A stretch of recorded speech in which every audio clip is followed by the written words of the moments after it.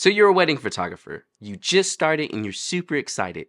You've already learned the 5 photo tips to improve your wedding photography business, but now you need to learn the 5 business tips to improve your wedding photography. Because let's be honest, taking photos and everything is cool, but if you're not making money, what is the point? So let's get into these 5 tips to improve your wedding photography business, and also shout out to Squarespace, this video's sponsor. We'll be talking about them later on in the video. Tip number 1 is to start using booking fees.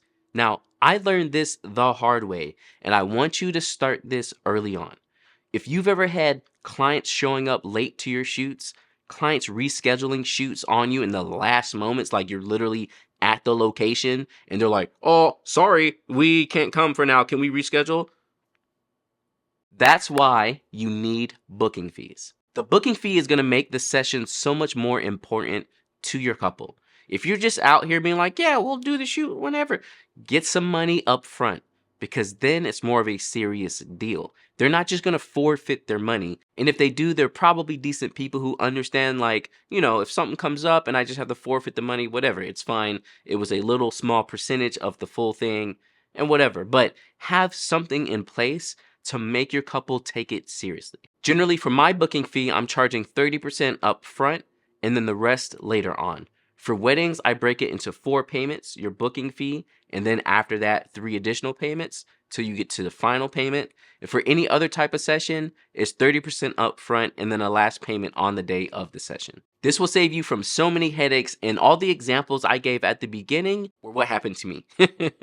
And that's how I started actually charging booking fees, because I've literally been on site. And we're talking about in New York. Like, I had to get on the train and travel to the location. It was this whole ordeal, and I'm sitting there and I'm like, where are they? And then I get a call like 15 minutes into the session, like, "Oh, hey, we're not going to be able to make it." And it's just like, I've been out here waiting for 15, 20 minutes after commuting for an extra 30, 40 minutes. And now you're just going to tell me you can't show up. Like, it's not the way. And if you're not sure how you can collect your booking fee, honestly, you need some type of CRM. I personally use Honeybook, and it's the easiest way to send out contracts and collect my payments.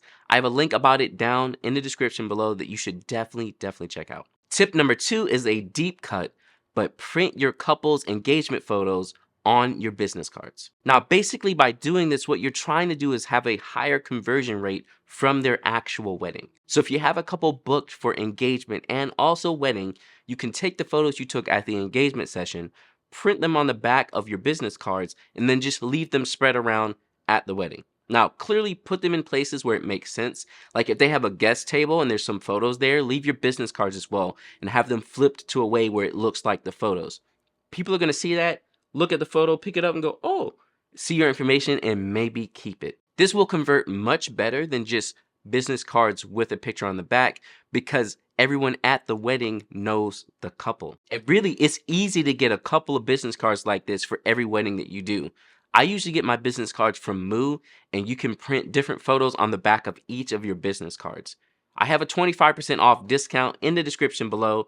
Definitely pick up some cards for yourself, because really, I don't know how much exactly it costs, but like, you can grab 100 cards real quick just for a specific wedding, print them out, and just leave it on tables. And honestly, that's a business expense at the end of the day because it's advertising. Give this a try and let me know in the comments below if it ends up working out for you and you actually book something from it. Tip number 3 is to automate your CRM. Now, again, we talked about client management systems, which you have to have.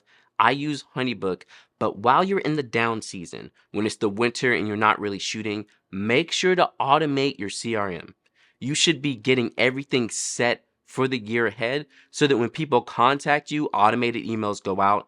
When you book a couple, automated emails go out. When there's things that you need from your couple, automated emails go out. Like, really, create yourself a workflow so that you don't have to do absolutely everything and save yourself time. And again, the reason this is going to improve your wedding photography business is because you could put your time into other things rather than always being like, "Oh, I need to send an email. Oh, I need to send an email. Oh, I need to do this thing." Like, let the system do it for you and then add on to it. Again, I'm a big fan of Honeybook, but what I do is create a workflow for each of my weddings that has different emails that go out throughout the year up until the wedding date of my couple.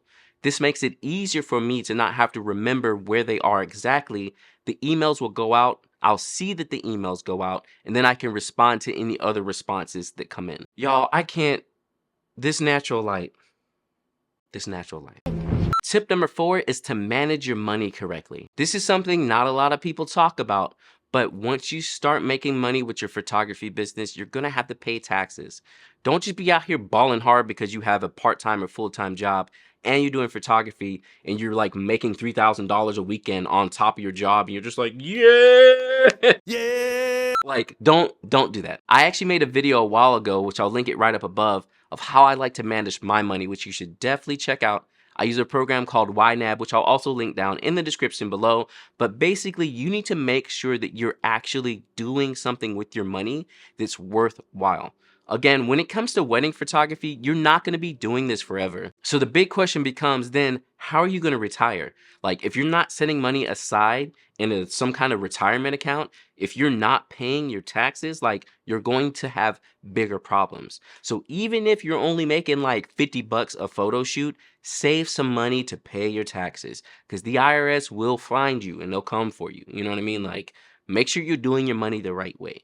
This will improve your business as well because you can save money for gear, and then rather than racking up your credit card and being in debt forever, you could save up for gear over time and then buy that one piece you want to. You can even go sell your cameras or something to like KEH Camera and just save yourself money on top of saving the money so that you're not going into debt to run your business. Like, if you're consistently going into debt, you're not helping yourself because you're just paying back more money just to have the business. So seriously, make sure to connect with your money and do it the right way. Don't just be letting the dollars fly around and you're like, oh, I don't even know what's happening to my money. Please, you spend a lot of time away from your friends and family. You spend a lot of time on your feet doing all of this for your weddings. Make sure you're getting something out of it as well. And tip 5 is to blog your sessions.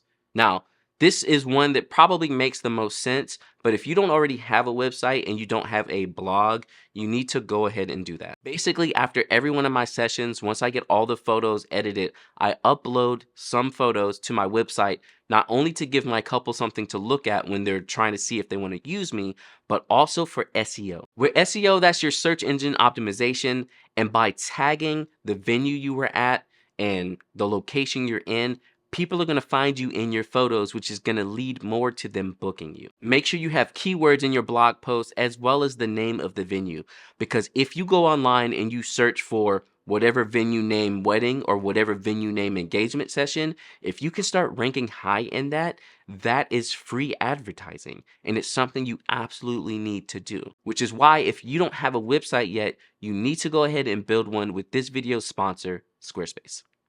Now, again, like I was just saying, having blog posts on your website is super easy to do with Squarespace. And by doing this, you're actually raising your search engine optimization, which will help you advertise in the long run. All you have to do to set up Squarespace is go over to squarespace.com, pick out a template, pick out a domain name, and then build your site. Their templates are absolutely beautiful and easy to use, and setting up things like blog posts and different pages on your website is extremely easy to do. On top of the website itself as well, you have commerce features so you can sell any products you might have, analytics to see who's visiting your website and where from, and even member pages so that you can have people sign onto your website and maybe even educate others. Make sure to check out the link in the description below for 10% off of your first website or domain. And once you get your site up and running, go ahead and start doing some blog posts. Actually, let me link one of my videos up here above, which talks about starting your first website, because that will go a long way. So with these 5 tips, you should be able to make huge improvements in your wedding photography business this year. And if you want to learn the 5 tips to improve your wedding photos, make sure to check out this video right here.